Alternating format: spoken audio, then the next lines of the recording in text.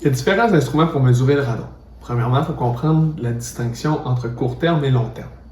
Des mesures court terme, c'est des mesures qui vont être réalisées sur moins de 7 jours. C'est des mesures qui vont donner des résultats qu'on ne pourra pas comparer. On va pouvoir avoir une idée dans quoi qu'on vit, mais on ne pourra pas comparer avec les seuils d'intervention de Santé Canada et de l'OMS. Pour la simple et bonne raison que c'est des mesures qui sont ponctuelles.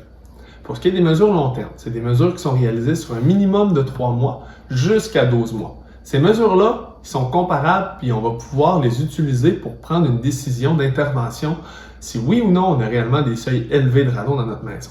Donc, pour pouvoir prendre des mesures long terme, on va commencer par parler du dosimètre. Le dosimètre, comme ici, un AT100 de Acustar, c'est un appareil qui va nous permettre de mesurer sur un minimum de 3 mois les taux de radon réels dans votre maison.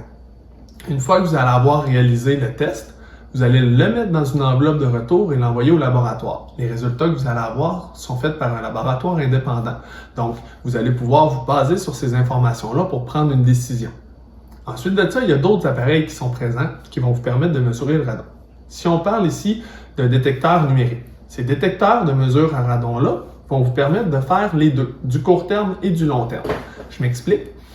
Ici, on a un Currentium Home. Cet outil-là va vous donner des mesures journalières, des mesures hebdomadaires puis des mesures à long terme. Donc, c'est certain que quand on parle de mesures court terme, les premières mesures qui vont être données par cet appareil-là ne pourront pas être utilisées pour prendre une décision. Cependant, plus qu'on va le laisser longtemps en place dans les mêmes conditions, plus qu'on va pouvoir commencer à comparer des pommes avec des pommes. Donc, on va pouvoir présenter les informations qui sont présentées par l'appareil numérique avec les seuils d'intervention. C'est certain que si en moins de 3 mois, on commence à avoir des mesures de 4, 5, 600 becquerels, ça serait très étonnant que si on a des résultats très élevés, même après un mois, qu'on n'ait pas de problème de radon dans sa maison. Ceci étant dit, c'est à tout un chacun de déterminer et de prendre la décision d'intervenir avant ou non par rapport au radon.